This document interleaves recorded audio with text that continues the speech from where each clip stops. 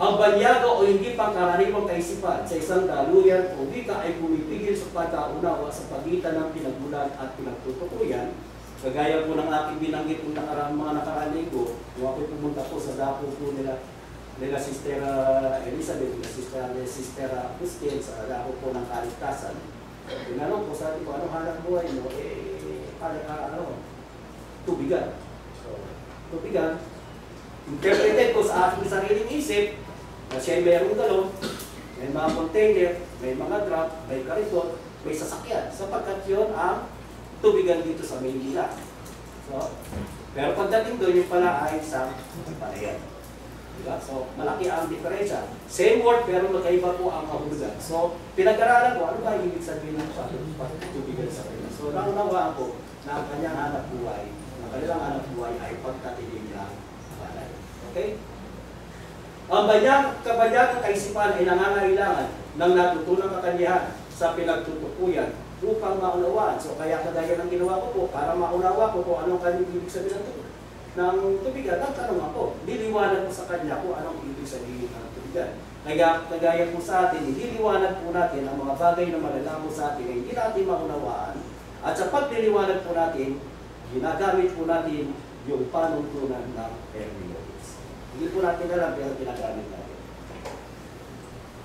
So ang hermeneutika, ito po ay nilikha para po sa pag-aaral ng kasulatan. Ngunit ang kakayahan at baybayong panatutunan ay nakaukit sa isipan ng bawat tao. So ito po ay araw-araw po natin ginagamit bagamat hindi po natin nalalaman. Okay?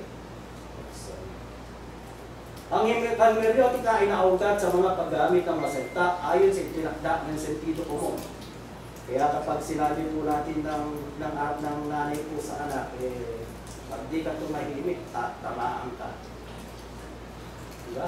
So, naunawaan ng bata yun, ibig sabihin ng tatamaan ka, may paano ka, diba? Tatahimik yung bata. So, alam mo bata yun, sentido komon, common sense. Kung yung pong idea sa isang wika o medium ay pangkaraniwan po sa bata. Pero hindi alam ng bata na papanuhin siya, hindi niya alam kung ibig sabihin ng tatamaan ka, hindi po yun. Diba? Ang kahulugan ng bawat salita o pagkakagamit dito sa isang parilala o pangusap ay hinubog ng kaligiran o miliyo. Pag sinabi po natin kaligiran, medyo kapaligiran, kaligiran, ibig po sabihin ay yung pong social, cultural, political, geographical context o background ng isang tao o ng isang bagay. Yun po yung kaligiran o miliyo ng tagapagsalita at nagsasalita. Kagaya po na halimbawa, yung ginamit natin sa salitang marites, ito po ay form ng ating kultura ng ibig po sabihin ay chismosa. Wala namang maritoso, hindi namang marites. Marites pa lang, so ibig sabihin puro babae ka lang. Pero meron po lalaking chismosa. Chismoso. Okay, pero wala pa tayong term. So, yun, isang halimbawa, na kung saan ang isang salita ay hinubog po ng ating kultura at binanggit po natin yung salitang hermeneutika na ito po ay galing po sa goddess of messenger of God sa pinatawag na Greek mythology, yung Hermes. So, yung pong hermeneutics, ito po ay hinubog po ng kultura ng mga Grego bago po sa kanilang religious context. Okay? So, ang Biblia ay nasulat sa mga salita sa unang wika, Hebreo, Aramaico, at Grego, sa mga manuskripto na isinalin sa katutubong wika na nagdudulot ng iba't ibang pagpapaliwanag at pagkaunawa. So, sa pagbasa po natin, normally po, ang nangyayari po na sa atin, iniingawa po natin yung tinatawag na isang salita o mga pangusap ayon po doon sa ating kaisipan, batay po sa ating kultura o anumang ating religious pang-reliyong kinaaniban. Okay? So, ang mga manuskripto ay may iba-ibang pagkakabasa sa ilang mga tatalata, pagbabawas, pagdadagdag, pagpapalit ng titik o salita o parirala. So, pinag-aralan po natin yan na meron po siyang differences o kung tawagin po natin ay mga textual reading o mga textual variant. Na isang bahagi ng pagbabasa sa isang talata ay iba po ang pagkasulat. Kagaya po ng hinalibawa ko sa inyo, sabi ng ating misis, pakisampay. Ay, pakisampay. Kaya ang pagkaunawa ko, pakisabay. So, dalawang magkaiba. Diba? So, ganun po ang nangyari sa kanila. Ang pagkakaiba ng mga translation ay bunga ng pagdaragda ng mga tao. Kapitulo at talata, mga pantas, mga salita, natatagong pagsusulong ng isang paniniwala kasama ang mga ginamit na manuskripto sa pagkakasahin. Kaya nga kung mapapansin natin, hindi po lahat ng translation pare-pareho. Meron po siyang pagkakaiba sapagkat meron po ito mga hidden agenda. So, yung pong pagsasalit po, yung tinatawag ng placement ng tundok, placement po ng quit, ito po ay nagbibigay ng tinatawag na pahulugan, nagpapalit ng pahulugan ng isang talata. So, pinag-aralan po natin yan. So, may kinalaman ba ang hermeneutika sa ating pagkakasa? Alam po, napakalaki po ng pag-aaral ng kahalagaan ng hermeneutika sa kaligtasan.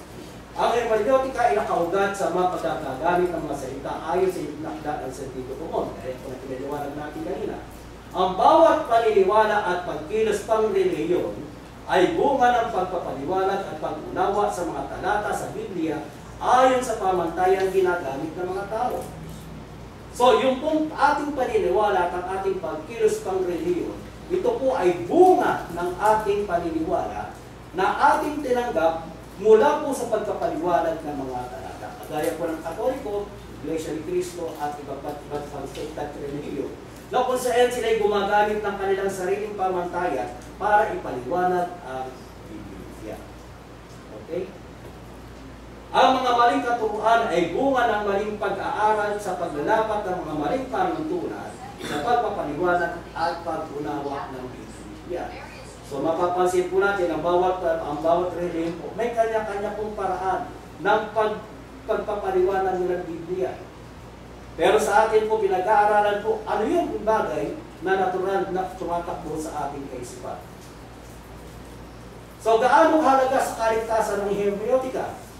Ang Diyos at Panginoong Hesus ay nagsalita sa mga propeta at apostol na pawang naiwan o pawang nag-iwan na mga titik ng kanilang pangangaral. So nag-iwan po sila ng mga sulat. At yung mga sulat na nasusulat po sa pamamagitan ng mga titik.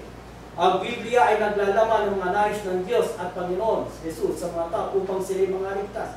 Kaya kung mali ang ating pagkaunawa sa Biblia, mali ang ating pagkilos ayon po sa Biblia, hindi po natin inaasahan na tayo ay magkakamit ng kaligtasan. So tandaan po natin, meron sa communication, meron tatlong bahagi. Yung source, receiver, at yung message.